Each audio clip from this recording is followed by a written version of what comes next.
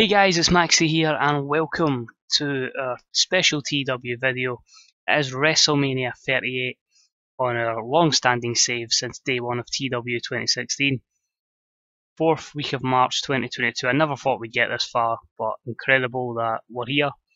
And as I say, we're slowly but surely going to be heading in, as I say, to 2019 in real life and hopefully having a good 2022 in-game on the road to Wrestlemania 39. So hopefully we've made up for the mistakes with John Cena. That was annoying, embarrassing, aggravating, but it's one of those things you try and see if you can make a good programme out of that. And I'm hoping I've certainly done that. I'd like to think that, and we'll certainly find out. But as always, there's a lot of segments on the show, as WrestleMania after all. So as always, thanks for taking the time out of your day to watch the video.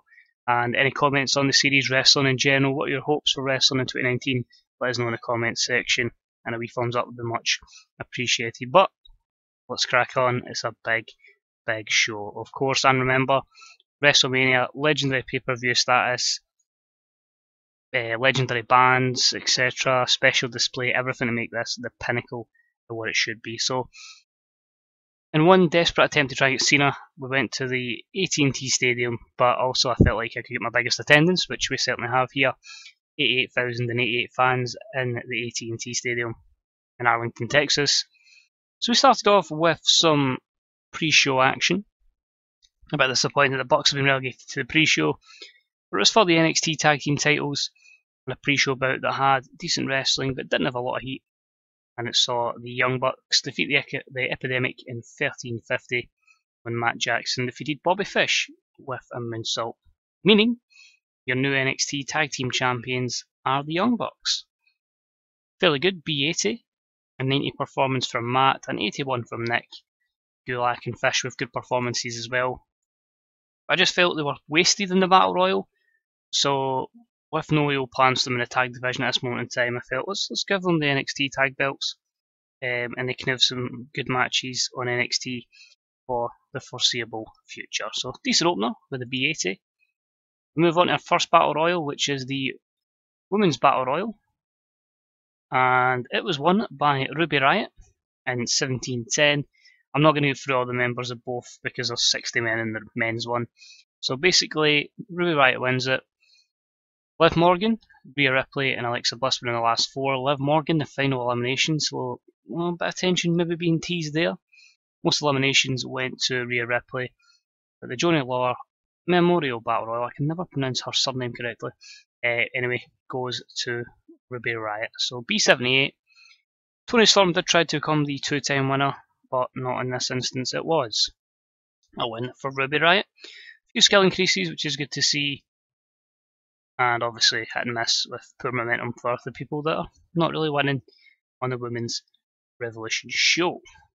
We then have Drew McIntyre hyping up his match with Apollo Crews for the NXT Championship. Again, I just felt like Drew was above the Battle Royal, and I felt like, a championship match with Apollo Crews could draw pretty good. So B plus 83, as Drew just says, he's taking over.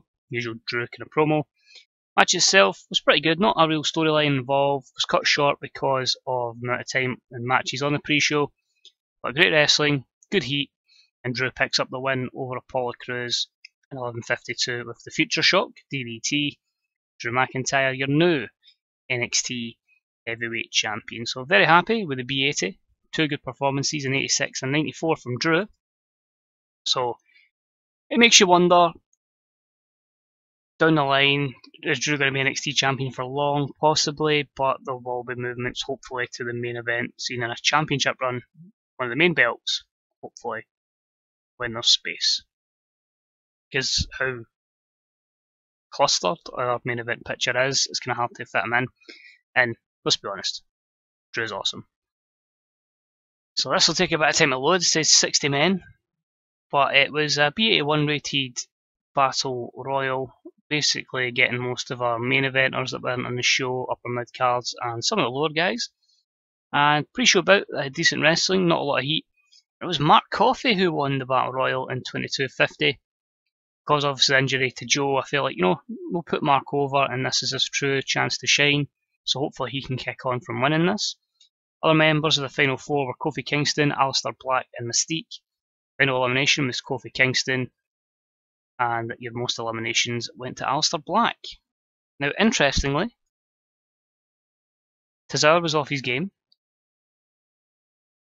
Istfinge completely phoned in his performance, so someone's getting fired after WrestleMania. You got your paycheck for Mania, now you're gone. A few injuries, of course, that's why they're putting the Battle Royal. A lot of skill improvements there. Usual 2 for Scott Dawson. The Revival, as always. And of course, there'll be a variety of that, but still decent. Mark Coffey is your winner of the Andre the Giant Memorial Battle Royal. I've no idea how many there's been. I'd need to check the game now because obviously I've done, I think, 6. So maybe 7 or 8. We'll see. Anyway, time to start the actual event, and we start with the Usos making an over-the-top, spectacular entrance to start the show. Gets the show off to a strong start, gets the crowd hotter, bit of pyrotechnics, and Raw never gets them anymore now. The SmackDown is always just WrestleMania, never mind pay-per-views, and an A-Star 96 for that. Opening contest, holy shit, let's just call it now. About that had sensational wrestling and good heat. The Usos defeated the Monsters Among Men in 2025 when Jey Uso defeated Baron Corbin with a surprise cradle, making the Monsters Among Men look strong with a kind of shock defeat. The Usos win the tag titles, WWE tag titles.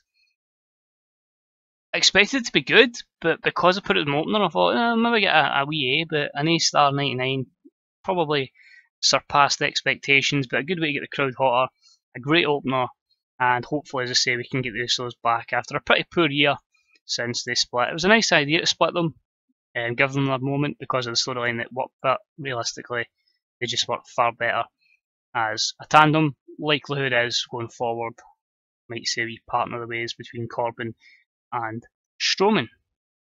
Good position for your tag division to be in, though. Next up, we had some women's action, and it was about with good wrestling and a decent reaction from a crowd. Becky Lynch defeats Dana Brooke in 17:33 by submission, a B plus 55. Very, very happy with that. As I say, Becky with a 92, Dana 85. Storyline gaining a bit of heat. And what makes this more amazing is lack of associated hot storyline because it's only been going for 2 weeks and Dana's not been back a lot. So realistically, that could have possibly been an A as well.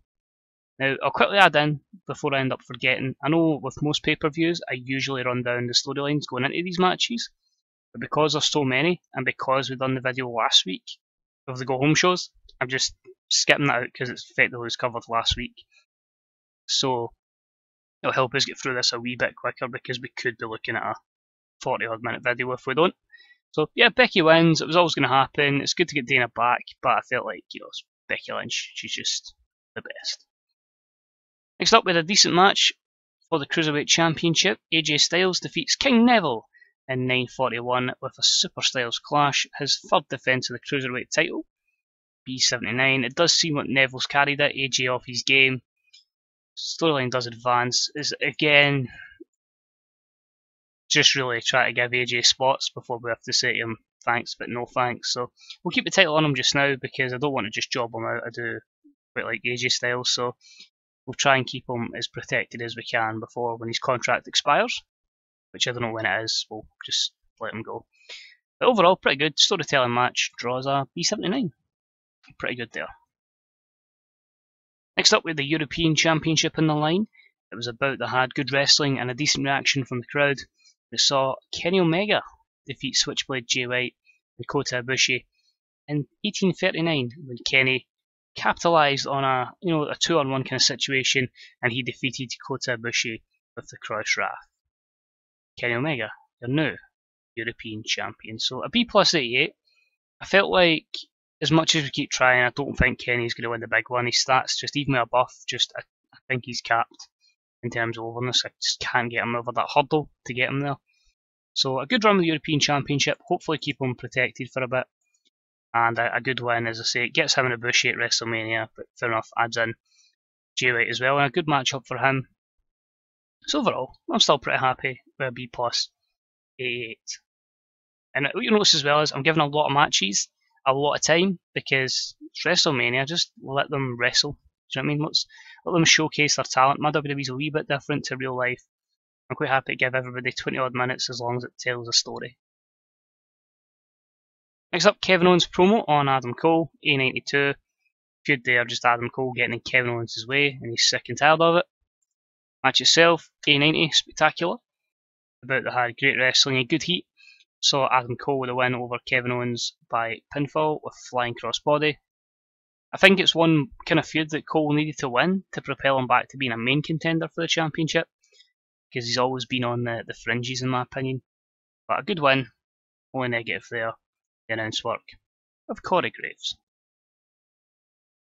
Next up, hype video for Pentagon, B-71, just really exposing him to the bigger market, because obviously he's not been with us for too long. There'll obviously be a lot of WWE fans that maybe not aware of him. And his match was decent, and he defeats Zack Sabre Jr. in 12:03 by submission. A B81, it is what it was. As I say, Pentagon's not as over in the save, so I do need to build him up, and hopefully matches like this can certainly help that. We did have to keep Zack Sabre Jr. strong, so that would have hampered the match rating a little bit for booking decisions, but still, a solid match. I think a lot of people would love to see something like that on the grand stage, and yeah, it's quite cool. I've had the opportunity to book it. We then have a little backstage segment, obviously, three very, very over guys that have a common enemy in the Magnificent Seven. This is, of course, Samoa Joe, Andrade Cien Almas, and Kazuchika Okada. And a little talk discussion backstage. It's an A-star 100. Match itself for them was a B+85. That's not too bad considering it was a 6-man tag. It was a decent match that saw Okada, Samoa Joe and Almas defeat Scurll, Ospreay and Volta in 18:03 when Andrade Cien Almas defeated Will Ospreay with the Brilliante Driver. The weak link was Volta, I say we're still trying to build him up, but still an okay performance for 63. But as I say, it gets all the Magnificent Seven on the card and stellar matches, and a good win for the babyfaces, effectively getting their revenge for all of the havoc that's been portrayed by the heels. Interesting again, lack of hot associated storyline, maybe could have hyped that up a bit more, but again, Ospreay and Walter in my game don't quite have the overness levels to make it a main event program. Next up, a little special segment here. Because of the issues with John Cena, I thought, you know what, we'll just see who's in the Hall of Fame as well. We'll add people in, added Cena in, so there is a segment coming up to explain the whole John Cena thing and how we get round it. I felt it'd be a nice little thing when I saw Chris Jericho wasn't booked in a Battle Royal. I'm like, can you use Chris Jericho? So what we've done is Chris Jericho with my user character Shane McMahon, and he's basically presenting and honouring William Regal entering the Hall of Fame. It didn't suggest him as a Hall of Fame member in my game because obviously his accolades, but let's be honest, the guy's a sure ballot Hall of Famer. The guy's been just incredible for the business. So, and he still plays a big part in my universe as well as the general manager of Raw. So a nice little special segment there. You could argue the GMs of SmackDown and Raw together. But just to confirm, it's not a realistic class at all that I've put in. It was just people that were not in already that maybe deserved it, or some that were just okay contributions to the business. So completely fictional. Not some people I believe will get in it in real life. Some of these names won't. Some of them are unrealistic to be in the same class, but just for a bit of fun. So the people I've put in the Hall of Fame, WWE Hall of Fame that is, not the Hall of Immortals of course. John Cena, Triple H, Alberto Del Rio, Al Snow, Taz, William Regal, and because they weren't in it, Luke and Butch, the Bushwhackers, and because he's the greatest commentator in Earth basically, Sho Funaki. Because you could easily cover Sho Funaki and say he's been a great commentator and a lot of comedy segments, and it's a entertainment business. So yeah, just a small wee kind of thing to break up all the matches. Back to the wrestling matches, of course, we've got two big ones coming up. Of course, the dream match between Shinsuke Nakamura and Daniel Bryan after Shinsuke's return. B+85 for Nakamura's hype video, obviously just documenting his previous stint and the fact he's back.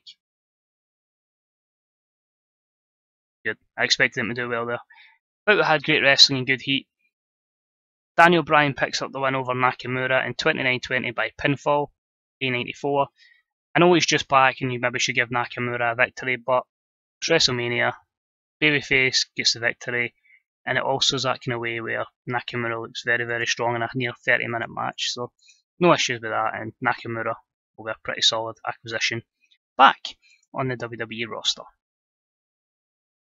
So now let's explain the heap of crap that is the John Cena situation. So if you didn't watch the last video, I kinda messed up, and the plan was career versus title, Barthel versus Cena. Barthel was going to win, Cena was going to retire, done. Cena's contract expired on the Saturday, yesterday in game. No way of getting it back. Tried to run locally to see if he'd work as an independent for a one-off deal. So that's cool, I messed up, big deal. We'll just use this promo to show Barthel's thing. Basically just says, Magnificent 7 took him out.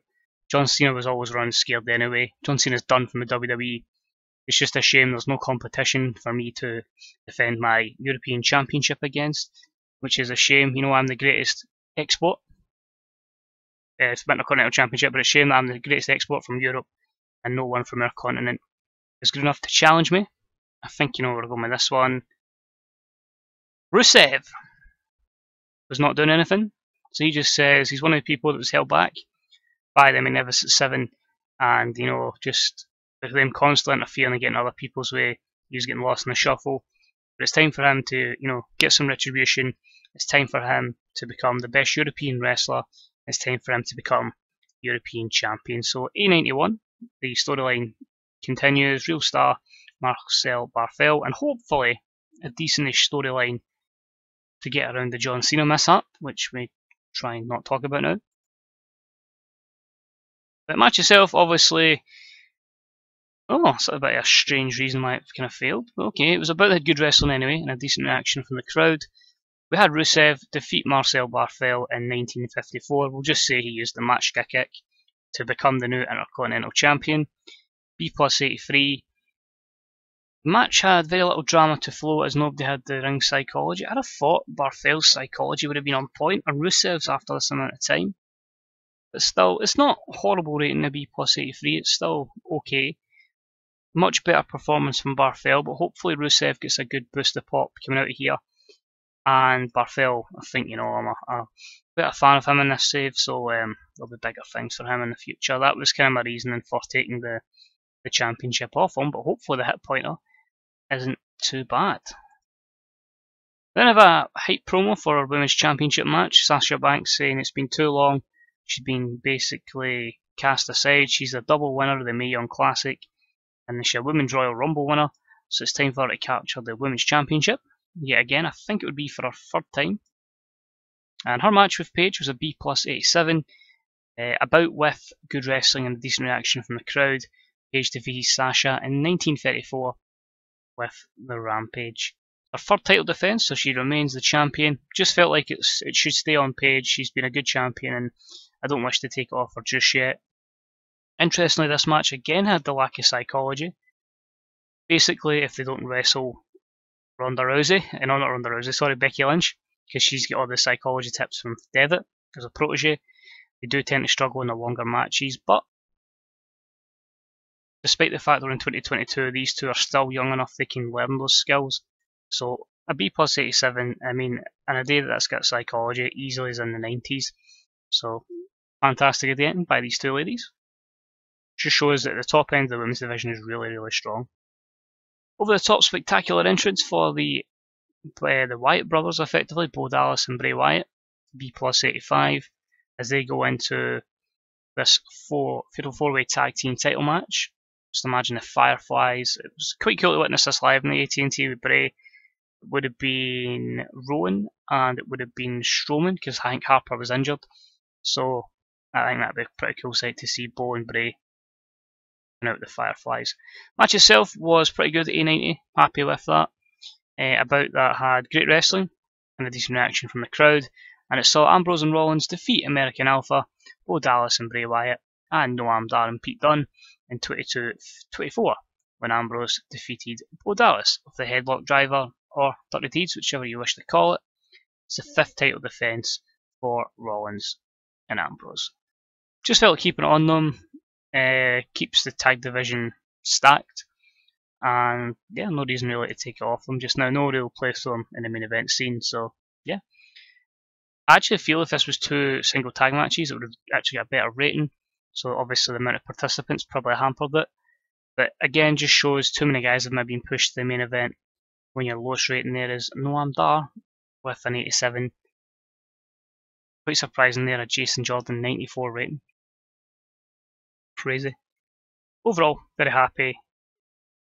Maybe a bit better in the storyline, but yeah, pleased. It's been a long-lasting storyline, so I can understand a bit of failure there. Next up, we've got Johnny Gargano and Fergal Devitt, also with Akam and Randy Orton in a fatal 4-way match for the US Championship.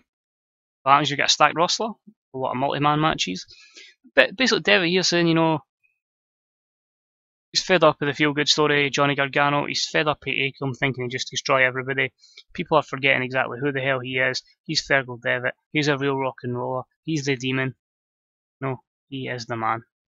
And of course, he is Fergal Devitt in this save and not Finn Balor, because Finn Balor, when he was under that persona, had a scandal. So we kind of had to re-sign him and just keep him under his name. Just adding a bit more realism, I suppose. Wow. Yeah, did not expect that. Holy shit. A-Star 99, wow. It's when I put these tandems together, I thought it might work, but anyway, about that had great wrestling and good heat. Fergal Devitt defeated Akam, Randy Orton, and Johnny Gargano in 1940 when Fergal Devitt defeated Johnny Gargano with a flying double stomp, meaning champion goes from heel to heel, Randy Orton loses it, and Fergal Devitt is the new US champion. Again, it's keeping main eventers out the main event scene, and as I say, Devitt against other folk in the upper mid card can hope to elevate another couple of people, and it really keeps our main event scene fresh, our upper mid card fresh, and it gives other guys an opportunity. And of course, we need to look to build to the future. Devitt will be in his 40s, Orton's in his 40s. You know, we need to say people that work with these guys, and then to put people over down the line that can take for the next generation. Because let's be honest, if there's not going to be an TEW to 2020, probably got another 2-3 years at this save, so still need to be looking to the future as well. The plan is to go TW to TW with this save. Next up, our final women's match of the night. Charlotte is hyping up the upcoming match with Ronda Rousey. This will determine who is the best women's wrestler on the planet, even though Paige is the champion, but it is what it is. WWE logic, A90. I'm hoping needs to do the business. Charlotte's got an injury, so that may affect the rating. Over the top entrance, you know what Charlotte's was like, fireworks, pyro, very Ric Flair-esque. At WrestleMania at least, when he had the pyro. See how this match draws, I'm really curious to know. I'll take that, I'm very happy with that. An A-rated women's match, fantastic. I told you we'd get there with the ladies. Not quite at the level to main event WrestleMania. I believe if Charlotte didn't have the injury, there would have been a better chance, but I was a bit worried about that. But quite remarkable that about that had great wrestling and good heat. Saw Ronda defeat Charlotte in 21:50 with submission and armbar. That's fantastic. That ratings with Charlotte off her game. That's with Charlotte injured as well, and the match suffering from a lack of psychology. So there's every reason, if we get them a bit better with their psychology start, we get Charlotte back to full fitness, we could possibly see an A-Star 100 match. Here's a question. Do we build it up and go for the rematch at WrestleMania 39? Let me know your thoughts on that. But A92 still fantastic. Merits where it is in the card as well. Then had that over-the-top entrance for the Velveteen Dream. Disappointing that's not a B79. I thought the Dream would be far better than that. But a bit of negative there was his use of painkillers. But his match was pretty damn solid, and it was about follow-up with good wrestling and a decent reaction from our crowd as the Velveteen Dream finally becomes the World Heavyweight Champion. He defeats Ricochet in 27:56 with a power line. So he's your new World Heavyweight Champion, A94. Not the greatest of ratings by both guys. I feel maybe didn't book them great coming in. A couple of defeats and the like. Not really what you want getting into Mania for a world title match, but I felt we messed Dream over last year. Probably should have became world champion. So a year later, we've given it at WrestleMania, and he is your new World Heavyweight Champion. And then there was one. So just after the match, we just have Dream beat down Ricochet. Although Dream's the champion, he just beats him down, doesn't want him in the spotlight. So A91. Ciampa makes an over-the-top entrance. It's him against Sami Zayn. It's evil Ciampa, good Sami Zayn, good against evil. 89. Performance was fantastic. How will the match draw? This is your main event of WrestleMania 38. Knocks it out the park. Not quite the 100 we were hoping for, but an A-star 99 can never be frowned upon. A superb matchup sees the underdog Sami Zayn defeat the evil old man Tommaso Ciampa in 41-14 by pinfall with a Helluva Kick. Sami Zayn from SmackDown, now of Monday Night Raw, is your new WWE Champion. A-star 99, 93 for Zayn, 95 for Ciampa. Negatives in there was obviously the stamina for Ciampa and the announcement of Corey Graves. Fletcher just made it a regular match and just kept it as basic as possible. And we end the show with Sami Zayn celebrating to lots and lots of confetti. Overall, A-star 100 again boosted because of the legendary status of the pay-per-view and because of the legendary band, the special set, celebrities. If you do all that to your show, you're going to bump the rating up. I've certainly learned that. So when it is a WrestleMania, although it might look like it's going to cost you a good bit of money, go all out. Trust me, it'll be worth it. And yeah, absolutely delighted that that's another WrestleMania in the books that's drew a 100 rating. It's increased our popularity in 40 regions. And let's be honest, really was there any match that totally disappointed? I think our worst match was AJ against Neville. We got a 79, and that was because it was storytelling and due to injuries, so declining physical ability. But apart from that, a stellar card. As I say, it just shows how strong the roster is. Probably too strong. I've probably went overboard and pushed too many people. But it just shows if you turn off time constraints and give your guys and girls the time they deserve to just, do what they do best, wrestle, they can produce absolutely spectacular results. I mean, don't get me wrong, I think a 6-hour WrestleMania would absolutely kill most of us watching it, but in terms of what we wanted to achieve at this event, it was pretty good. I'd like to think we've closed out a lot of the storylines successfully. I think, considering the issues with Barthel against Cena and the mess of that, I think we managed to turn that round into something decent, as long as the aftermath of it comes out good. So Rusev has a good program with IC title, and Barthel coming out has a good program. And then I think the Cena mistake's not too bad, but a bit disappointed we couldn't add this to a stellar WrestleMania. But quite a few title changes. I think if we just look there, that's 1, 2 world titles, the US titles 3, IC titles 4. Let's have a look. 5, 6, so 7 title changes. So I didn't want to go too overboard with them. I did, as I say, 7 is still quite a lot, but gives you that idea of changes coming as you go into you effectively have the season finale here, you hit the reset button and you move along. So we'll have, as I say, a lot of changes by our next pay-per-view. As I say, I will not do any kind of video for that, it'll just be straight up the next pay-per-view, and that'll be, it should be the 6th, whatever the Sunday is closest to the 6th anyway, of January. We'll take a wee break, just allows me to kind of move people about and get some programs sorted. And gives me a wee break for the save as well, just to kind of recharge ideas as well and focus on the other TW save. Yeah, I'm pleasantly delighted with that, and it will be in a good position with a lot of change. Superstar shake-up, I think we'll just go Tommaso and we'll go with Sami Zayn, but as I say, you could have given that to anybody on that given night. So we'll jump in to the main screen for the first week of April. We'll take a wee look around at a few things. Not too much, we don't want the videos to drag and drag and drag, but we'll see what kind of news items we get. If Cena does want to sign, then bye-bye, he won't be re-signing that contract, he's done. So, absolute success for WrestleMania, 88,000 fans, fantastic, delighted with that one. That's one thing I didn't want to see, hurt badly and is sidelined. So, interested to see what comes out of that. Big trouble in Little Dragon Gate, can we sign them? Can we take them over? Nope, not in a bad financial position just yet. Apart from that, I'm pretty happy.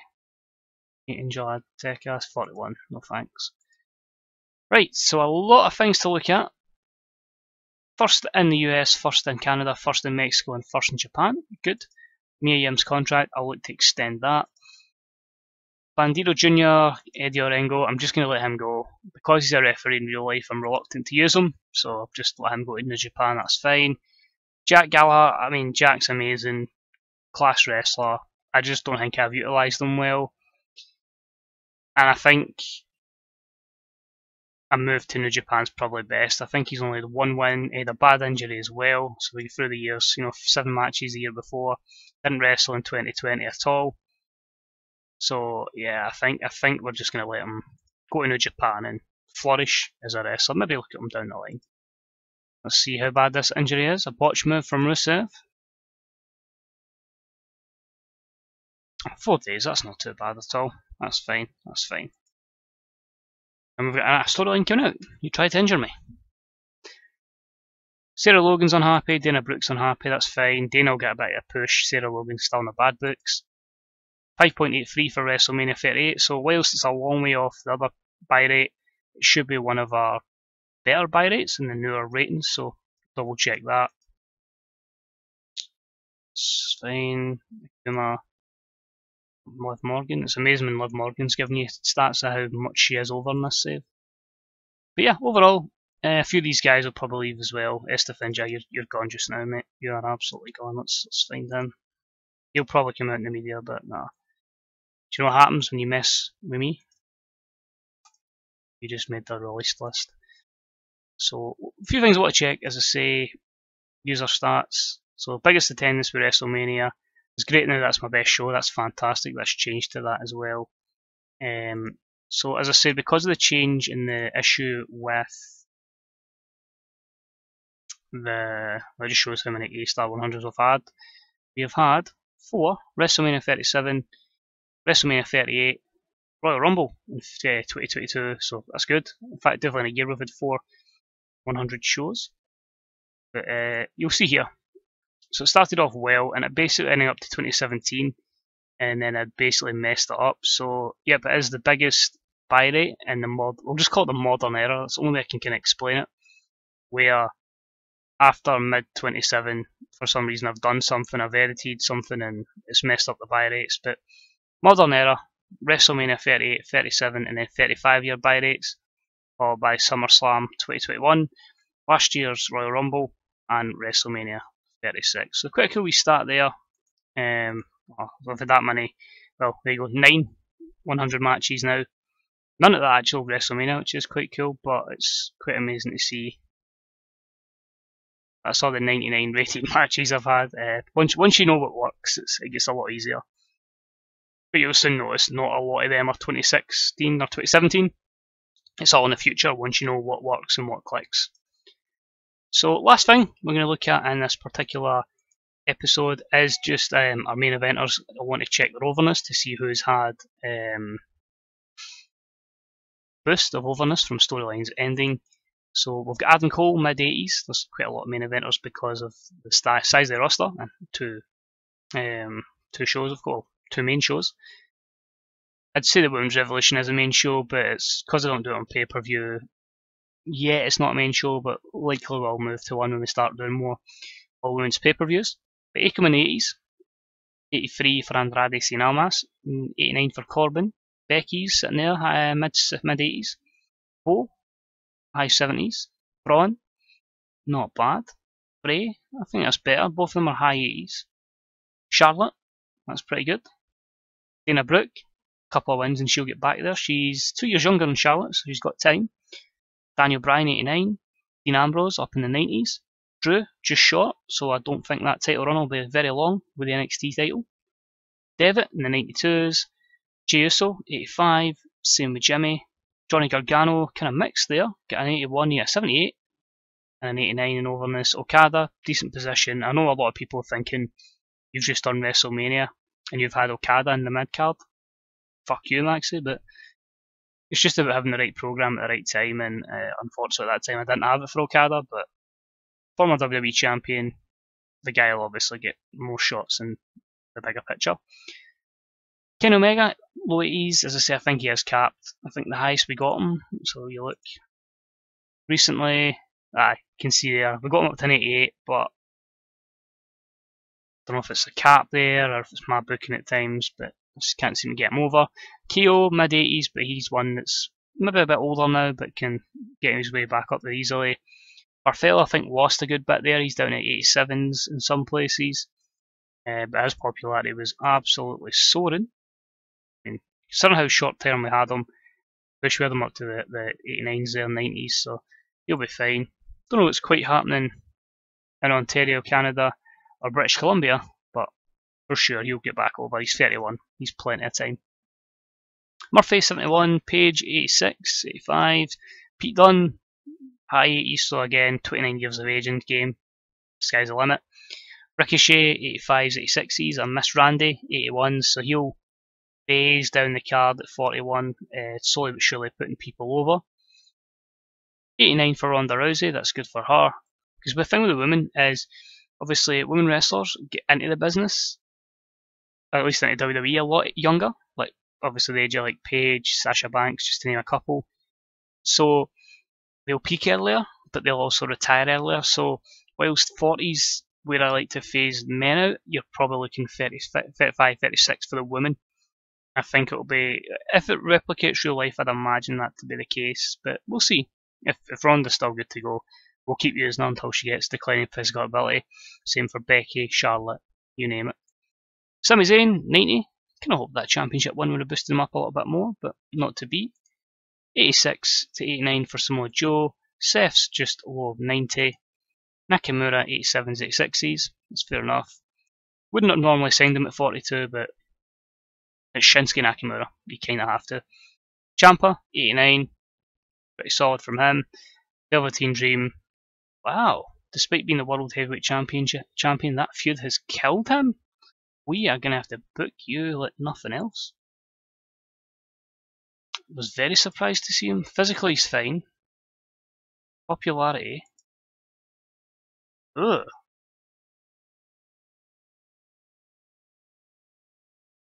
We've pretty much done a WWE. We should have pulled the trigger a year ago when he was hot, and we've pulled it maybe too late. But we'll keep pushing him. I say we'll get him back. He's 26. He's got to be one of our franchise players going forward. He is, as I say, a guy that could be the cornerstone of the company. If you did play 10 years, I won't play obviously 10 years, but if you did, he'd be the cornerstone of the company. But anyway, that is us for this episode. I don't know how long we've went. If you've stayed tuned for the whole video, much appreciated. I hope you've enjoyed Wrestlemania. Let us know what you thought of it. As I say, let us know what you'd like to see in terms of a reset button, as in, obviously we change a few things up for Raw and SmackDown. Anybody you'd like to see getting pushed in the future, let us know regarding that, of course. As I said earlier, let us know what your thoughts are on wrestling in general, your own TEW saves, and because of the time of year, please have a happy holidays, enjoy it, and as I say, we'll take a wee break, and we should be back roughly about the 6th of January with the road to, I believe, Backlash. So, until then, have a wonderful day, and I'll see you all next time. Thanks again. Bye-bye.